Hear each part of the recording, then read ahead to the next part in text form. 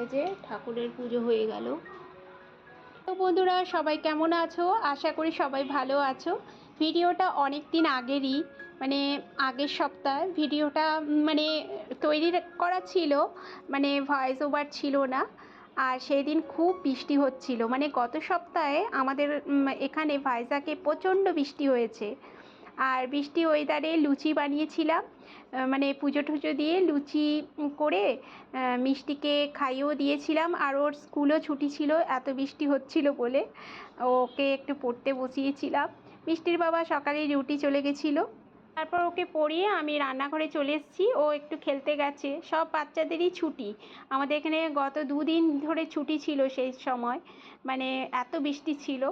আমি চলে এসেছি রান্নাঘরে। আজকে একটু ওল দিয়ে চিংড়ি মাছ দিয়ে তরকারি করব। ওলটা আমাদের এখানে এত ভালো থাকে, একটুও গলা চুলকোয় না।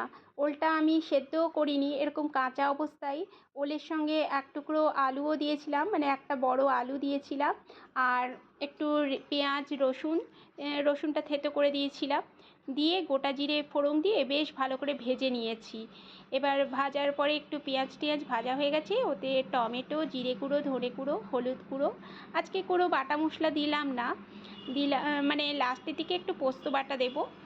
আর এসব দিয়ে মশলা দিয়ে বেশ ভালো করে আরও কিছুক্ষণ কষাবো। আর আমাদের এখানে ওলগুলো না বেশ ভালো সেদ্ধ হয়ে যায়। আলু বরং সেদ্ধ হয় না, কিন্তু ওলটা কেন কি জানি আমাদের এখানে এত ভালো থাকে, সেদ্ধ হয়ে যায়।